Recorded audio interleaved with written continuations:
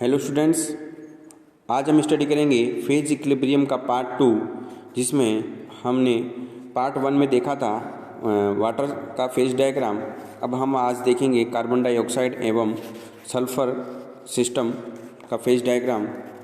और उससे पहले हम देखते हैं कि जो फेज रूल है वो क्या होता है। तो फेज रूल होता है F+P बराबर C+2। यहाँ पे F का मतलब है डिग्री ऑफ फ्रीडम, P का मतलब है फेज, C का मतलब है कंपोनेंट, जिसे हमने पार्ट फर्स्ट में डिटेल से समझा है। यह टॉपिक जो है बीएससी सेकेंड ईयर स्टूडेंट्स के लिए उपयोगी है। अब हम देखते हैं CO2 के लिए फेज डायग्राम। देखिए, ये लगभग जो है वाटर सिस्टम की तरह ही है। यहाँ पे आप देखेंगे ये CO2 का फेज डायग्राम है। यहाँ भी 3 वक्र आपको दिख रहे हैं, एक त्रिक बिंदु आपको दिख रहा है। वाटर में भी 3 वक्र थे और त्रिक बिंदु था, और जो वक्र है वहाँ पे डिग्री ऑफ फ्रीडम कितना था, 1 था, और त्रिक बिंदु पर जो है डिग्री ऑफ फ्रीडम कितना था, 0 था। अब हम इसको समझते हैं। तो वक्र AO जो है ये ठोस कार्बन डाइऑक्साइड का ऊर्ध्वपातन वक्र है, sublimation curve of solid CO2। इस वक्र पर ठोस CO2 तथा वाष्प अवस्थाएँ साम्य में होती हैं। तो यहाँ P बराबर कितना है, यहाँ पर P बराबर कितना आ रहा है भाई, 2। और ये कंपोनेंट क्या, 1 कंपोनेंट सिस्टम है, तो C बराबर 1 है। तो आप फेज रूल में रखेंगे तो F+2 बराबर 1+2 सॉल्व करेंगे तो F का मान कितना आ जाएगा, 1। तो यहाँ पे जो है डिग्री ऑफ फ्रीडम कितना आ रहा है इस वक्र के लिए, OA के लिए 1। इस वक्र पर बिंदु A यह बताता है कि एक वायुमंडल दाब पर CO2 का ऊर्ध्वपातन -78 डिग्री सेंटीग्रेड होता है। फिर हम देखेंगे वक्र OB। यह द्रव CO2 का वाष्पन वक्र वेपोराइजेशन कर्व बताता है। इस वक्र पर CO2 की द्रव तथा वाष्प अवस्थाएं साम्य में है। और यहाँ पे जो भी क्या है, ये इसमें डिग्री ऑफ फ्रीडम कितना है, 1 है, क्योंकि फेज कितनी है, यहाँ पे 2 ही हैं, और कंपोनेंट कितना है, यहाँ पर 1 है। यह वक्र दाब के साथ द्रव CO2 के क्वथनांक में परिवर्तन को दर्शाता है। फिर नेक्स्ट है वक्र OC। यह ठोस CO2 का गलन वक्र fusion curve of solid CO2 है। इस वक्र पर CO2 की ठोस तथा द्रव अवस्थाएँ साम्य में रहती हैं। यह तंत्र भी एक चर हैं। डेट मीन्स यहाँ डिग्री ऑफ फ्रीडम कितना आ रहा है, 1 आएगा। यह वक्र दाब के साथ गलनांक में परिवर्तन को प्रदर्शित करता है। इस वक्र का जो ढलान है दाईं ओर है, जो ये दर्शाता है कि ठोस CO2 का गलनांक दाब में वृद्धि के साथ बढ़ता है। ध्यान रखना, जो वक्र OC है उसका जो ढलान है वो दाईं ओर है, जो ये दर्शाता है कि ठोस CO2 का जो गलनांक दाब में वृद्धि के साथ में क्या होता है, बढ़ता है। फिर हम देखेंगे त्रिक बिंदु।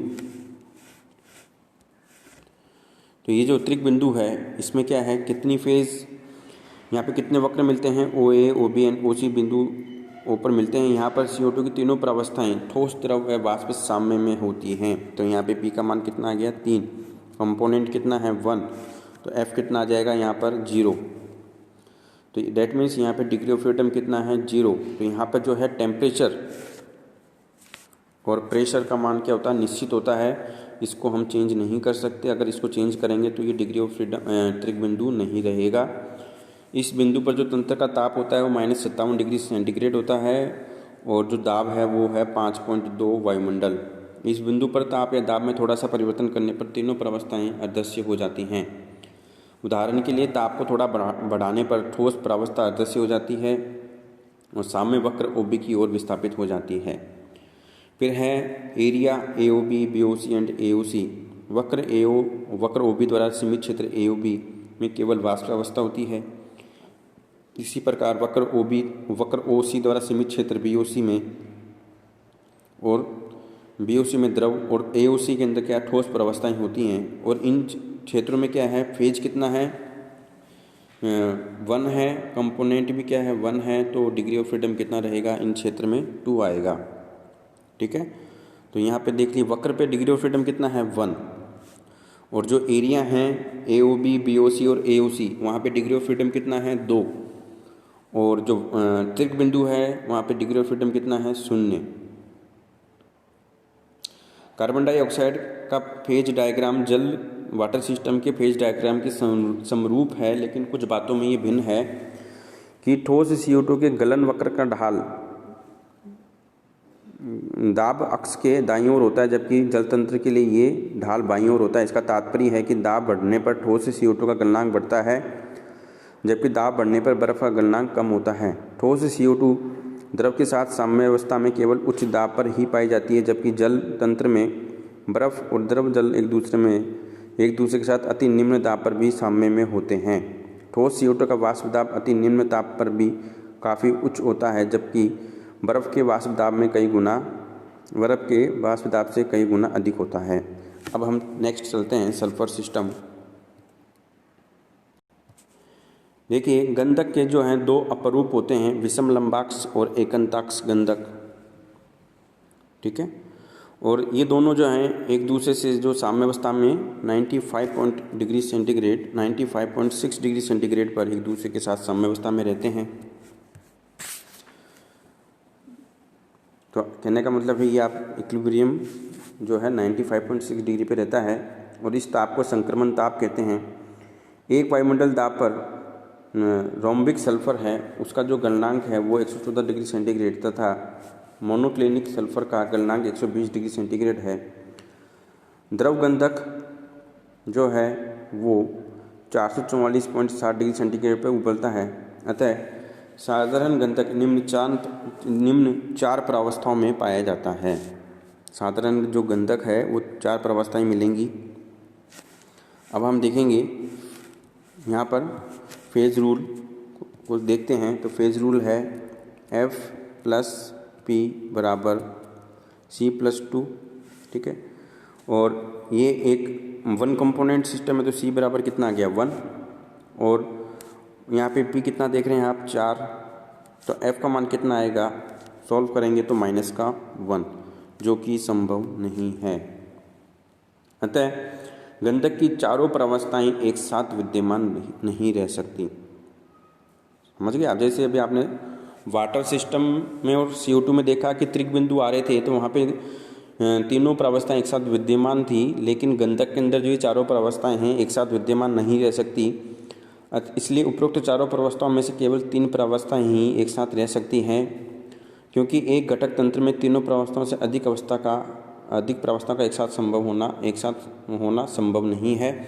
इसलिए जो गंधक है उसका फेज डायग्राम इस प्रकार बनता है। तो यहाँ पे जितने भी ये बिंदु आपको दिख रहे हैं, यहाँ पे क्या हैं, 3 प्रावस्थाएं जो हैं एक साथ संभव दिखाई दे रही हैं। ठीक है, तो यहाँ पर जो है आपको 3 सामान्य त्रिक बिंदु मिलेंगे। कितने बिंदु मिलेंगे? त्रिक B, C और E, और एक जो है मेटास्टेबल त्रिक बिंदु मिलेगा। ये मेटास्टेबल त्रिक बिंदु O मिलेगा। यहाँ पे वक्र कितने हो जाएंगे? 6 वक्र हो जाएंगे, AB, BC, CD, BE, C and EG। तो 4 क्षेत्र होंगे यहाँ पे। ठीक है, और यहाँ पे 3 मेटास्टेबल वक्र भी आपको यहाँ मिलेंगे, क्योंकि ये इस बिंदु के कारण से। अब हम देखते हैं वक्र को। वक्र AB, यह विषम लंबाक्ष गंधक का ऊर्ध्वपातन वक्र है, जो विभिन्न तापमानों पर विषम लंबाक्ष गंधक के वाष्प दाबों को निरूपित करता है। चूँकि साम्यावस्था में 2 प्रावस्थाएं यहाँ पर उपस्थित हैं, यहाँ पे क्या है और यहाँ पे क्या है, वक्र क्या है, वक्र क्या मिलेगा यहाँ पे, डिग्री ऑफ फ्रीडम कितनी आएगी? 1 ही आएगी, वो ही CO2 और वाटर की तरह। वक्र आपने लिया है AB, तो यहाँ पे डिग्री ऑफ फ्रीडम कितना, क्योंकि यहाँ पे क्या है, कौन कौन सी फेज हैं, विषम लंबाक्ष और वाष्प गंधक। तो फेज कितना है, 2, कंपोनेंट क्या है 1, तो डिग्री ऑफ फ्रीडम कितना है 1।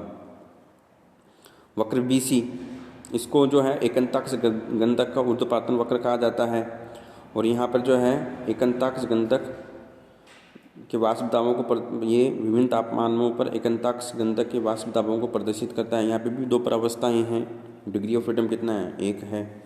ऐसे वक्र और CD में डिग्री ऑफ फ्रीडम कितना है 1 है, और वक्र BE में भी क्या है, वक्र BE भी क्या है, डिग्री ऑफ फ्रीडम कितना आ रहा है 1। वक्र CE जो आप देख रहे हैं, यहाँ पे भी जो है डिग्री ऑफ फ्रीडम कितना आएगा 1 आएगा, और वक्र EG है, ये भी क्या है, डिग्री ऑफ फ्रीडम कितना आएगा, 1 आता है। ठीक है। फिर है ट्रिपल पॉइंट। इस तंत्र में जो है 4 त्रिक बिंदु हैं। बिंदु बी, यहाँ पे टेम्परेचर का मान कितना है, 95.6 डिग्री सेंटीग्रेड, और इस ताप पर विषम लंबाक्ष गंधक एकंताक्ष गंधक में परिवर्तित हो जाता है। साम्यावस्था पर इस ताप पर तीनों प्रावस्थाएं अर्थात 2 ठोस 1 वाष्प एक साथ पाई जाती है। बिंदु सी पर देखिए, एकंताक्ष गंधक के गलनांक को प्रदर्शित करता है। बिंदु सी पर एक अन्य त्रिक बिंदु है जिस पर 3 प्रावस्थाएं एकंताक्ष गंधक, द्रव गंधक तथा वाष्प गंधक साम्यावस्था में होती है। बिंदु ई पर क्या है, एक ई है अन्य त्रिक बिंदु है जिस पर तीनों प्रावस्थाएं एकंताक्ष गंधक, विषम लंबाक्ष गंधक और द्रव गंधक साम्यावस्था में होती है।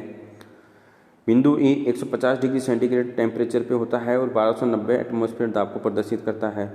और जो बिंदु ओ है, यह भी त्रिक बिंदु है जिस पर 3 प्रावस्थाएं विषम लंबाक्ष गंधक, द्रव गंधक और वाष्प गंधक एक दूसरे के साथ मेटास्टेबल इक्विलिब्रियम में है। और यहाँ पे क्या है, देखिए C बराबर 1, P बराबर 3 रखेंगे तो F का मान कितना आएगा, F का मान यहाँ पे क्या आएगा, 0। तो ये क्या है, अचर तंत्र होता है। और जो एरिया हैं, एरिया कौन कौन से हैं, एरिया हैं यहाँ पे ABEG, DCEG, ABCD and BEC। अब हम देखेंगे next 2 component system. Thank you.